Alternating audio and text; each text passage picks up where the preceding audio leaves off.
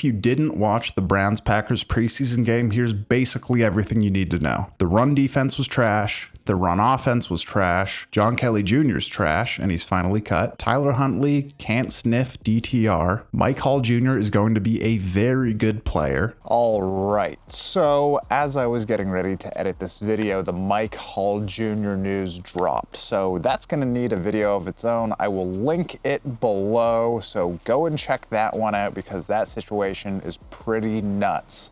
But let's get back into this one for the time being.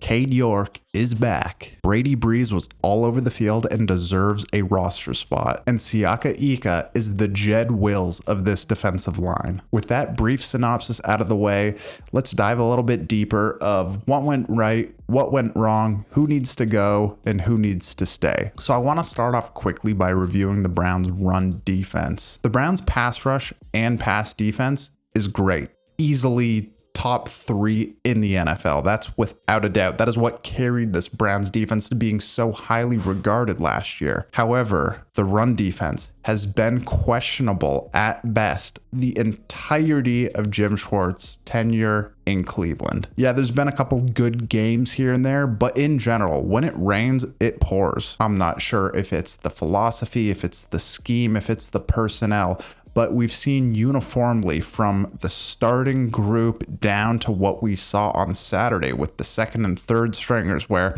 they are always susceptible to huge cutback lanes that lead to major 15, 20, 30-yard gains when it should be a couple-yard loss. So let's go to some offensive performances now. Jameis Winston didn't really play. Didn't really matter how he played. He is the QB2 here because he's providing more than just ability. I mean, hopefully he never has to touch the field this year, but he's here to be Deshaun Watson's support group, to be a guider, to be a mentor for him, and to help develop the other young quarterbacks who are on this roster. Namely, those guys were Tyler Huntley and DTR. When Tyler Huntley was out there on the field, he did some good things. He looked solid, but he just looked like a guy who was running offensive plays. He didn't look like someone who was in command. He didn't look like someone who was looking to make plays aside from when he was flush from the pocket or he had a designed run. And in general, I think we've seen the best of what Tyler Huntley could be when he was in Baltimore and when he started some pretty significant games for them. So that was the basis of my argument in the last video I did before this game, that, you know, DTR is the future. You invested a 5th round pick in him last year. He showed out,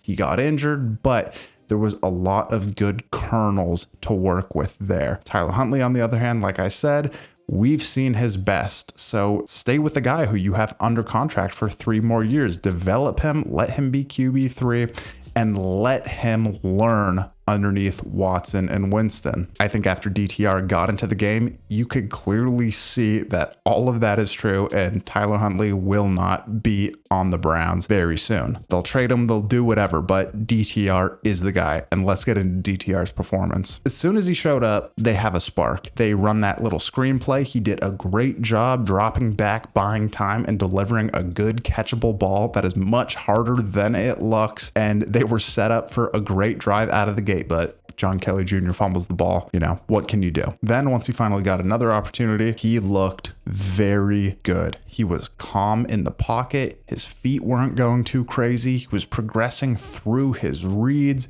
He made plays when he had to. That 4th and 1, hurdling the defender to get the first down. That is what DTR is. That is what he does. He is a spark plug. He is a competitor, and he is a guy who is confident in his ability. And when he was out there, you could see the other players, the young players, the Amon-Ra Brown, Jamari Thrash, they were thriving with him because he had the confidence to deliver the ball in the middle of the field. And he was delivering such a good ball that they could catch it in stride. They weren't worried about a safety coming down, blowing themselves up, but that was great. So those young guys really benefited from DTR's composure and from his performance in general.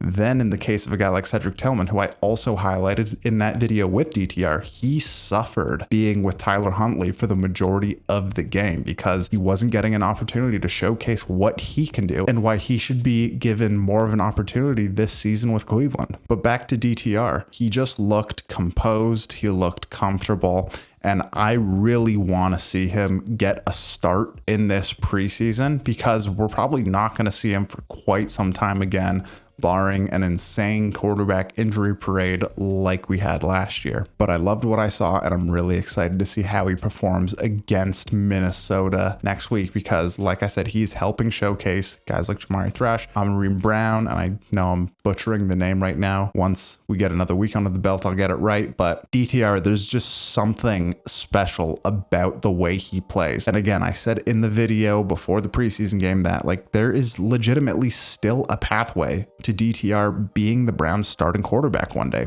If Deshaun Watson doesn't go to an AFC championship, they're not going to re-sign him. And at that time, they will still have under contract a 27-year-old young quarterback who has been developing, who has improved little by little each year. And this is projecting the idea that he will continue to be invested and continue to improve, which I think he will. But you will have a very young, capable, and hungry guy who wants to go out there and lead a team, lead the team that he was drafted to. So a notable performance from a younger guy who I think has the opportunity to rise on this roster came from Zaire Paden. Mitchell Paden is, I guess, slated as the third tight end on this roster. Jordan Akins as the second. Man, Paden is looking like he's going to create a little bit of a controversy if he keeps getting the ball and he does what he did on that 3rd and 9 when DTR found him in the flats. To catch that ball at 6'5", 260 and break the tackles he did and accelerate and convert, those are the kind of guys you want getting rotated in. When David Njoku's getting a break, you want guys who are going to be a difference maker, who don't just get to a spot and catch the ball, who do it and make something happen and go from a bit of a dump off on 3rd and 9 where you're going to have to bring out the field goal unit or the punt unit to having another first down and continuing to fight. So I think there's some great value there because, again, he's under contract for a little over $700,000. Wouldn't you rather have a bigger, stronger, faster, and younger player who is a backup who costs less money over a guy who's 32 and didn't really do much last year and is owed a lot more? It's a pretty clear answer. So that's something to look out for. And I think they'll look to get him involved because if they can find a reason to save a little bit of money, I think they will. Now let's shift to a recent Cleveland Browns defensive line pick who did not have such a good day. Clearly, I'm talking about Siaki Ika. I think everyone saw it. Everyone was equally as unimpressed, but let's dive into why it's a bigger problem than most people realize. I've seen a lot of people coming to the defense of Ika online, and they're saying that, he was actually good against the run because he knocked the offensive lineman back. He helped clog up running lanes. But I think that that is extremely generous and a crazy way to frame what we all saw in real time, especially considering that knocking guys back slightly and clogging up a run lane shouldn't be some crazy thing for a 335-pound defensive tackle to do in the NFL, especially one who was drafted as high as he was last year. And Ika wasn't even necessarily slow off the ball. He definitely looks faster than he did last year, and he was punching. But once he's engaged, he has no fight in him, it seems. And the Packers offensive line was having a field day with him. They were toying with him. Like, look at this play here. The guard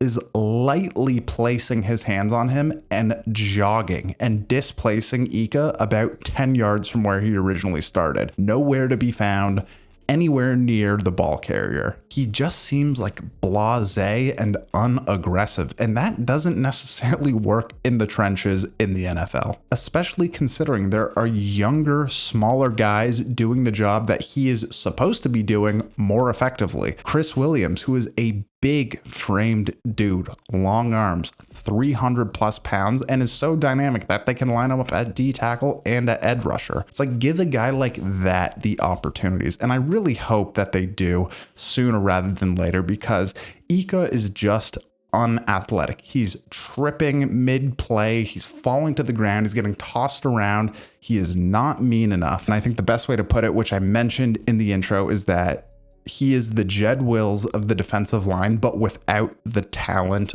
or the potential. And so I know that that last segment was quite negative, so let's end on a positive note. I think that this guy can and will win a roster spot by the time the preseason is over, and if not, it's going to be pretty sad. Brady Breeze was all over the field against the Packers. And I want to temper expectations because I'm not necessarily talking about him getting playing time as a safety. He could just be a special teamer and his value would shine through because of the kind of energy and effort he brings to the team. Brady Breeze is the guy who is always looking to finish. If you're wrapped up, he is flying in from his position and he's going to try and jar the ball loose. If you're a quarterback trying to get a yard on the edge and you think you're just going to get there and the defender's going to ease up, wrong answer. He is coming to pop you. He is a whistle to whistle player, and that is what this team needs. The kind of attitude that says it is not over till the play is over. I'm going to do everything I can to lay down a hit, to bring some pain on each and every play. I think that is an infectious attitude to have, and it's something that should be rewarded because in the modern NFL, we think that it's all about skill and speed and technique and this and that. All those things obviously are true, but if you look at the top 4 teams at the end of the season last year, it was the Ravens, it was the Chiefs, it was the Lions, and it was the 49ers. And all of those teams, I think most people would say, are the most physically dominant, the most punishing. Cleveland needs more guys like Brady Breeze with that mentality who, yes, are more skillful and fast and can be real contributors because they're playing every snap. But having a guy like that around who's even just a special teamer will help transform you into becoming that kind of culture. Like, he doesn't give up on plays either. Look at this one. He gets tripped on the punt coverage, gets back up, and gets involved in the final tackle. And then even the final play, the last time the Packers ran a play in this game, he came down hard in the red zone and laid a lick. He was someone who kept popping up every time I was watching. I'm like, who is this Andrew Sendejo, Daniel Sorensen looking safety? Who is this guy? Because he's bringing an energy and an effort that is very promising. He is a guy that I want to see more of in the final weeks of preseason, and with Ronnie Hickman out with a back injury, whatever it is, however long it's going to be, I think that he's going to have more opportunities to show out. So I really hope that he makes the most of that because, again, I like physical, hard-hitting defensive players. He is that kind of guy. And we'll see what happens, but looked very promising. And I think you should go back, watch the game. He appears on screen a lot. So overall, there were some really bright spots, some really frustrating ones, but in general, it's week 1 of the preseason. There's nothing to overreact about in general. There's just some things that you know that you need to figure out. So Cleveland is heading into joint practices this week with the Vikings. They play them on Saturday. It's going to be exciting to see. Watson isn't playing, but he's getting the bulk of the first team reps in the joint practice. And then they announced that he's going to play against the Seahawks in the final week. So we'll see what we got there. But some good trajectory. We want to see more DTR. We want to see more Brady Breeze.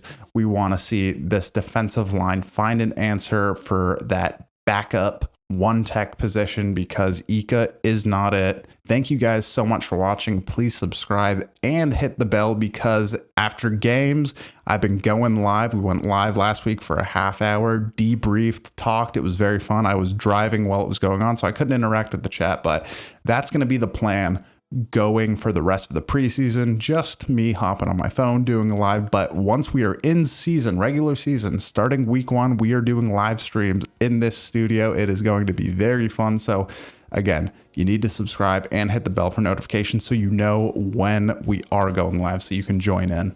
And finally, if you guys want to support the show, buy some stickers. Just released a new one. Everything on the store and all the assets that you see in the videos and all that, I designed myself. So it helps support the page, helps us reinvest and make everything a little bit better. So appreciate you guys doing that. We will see you in the next one.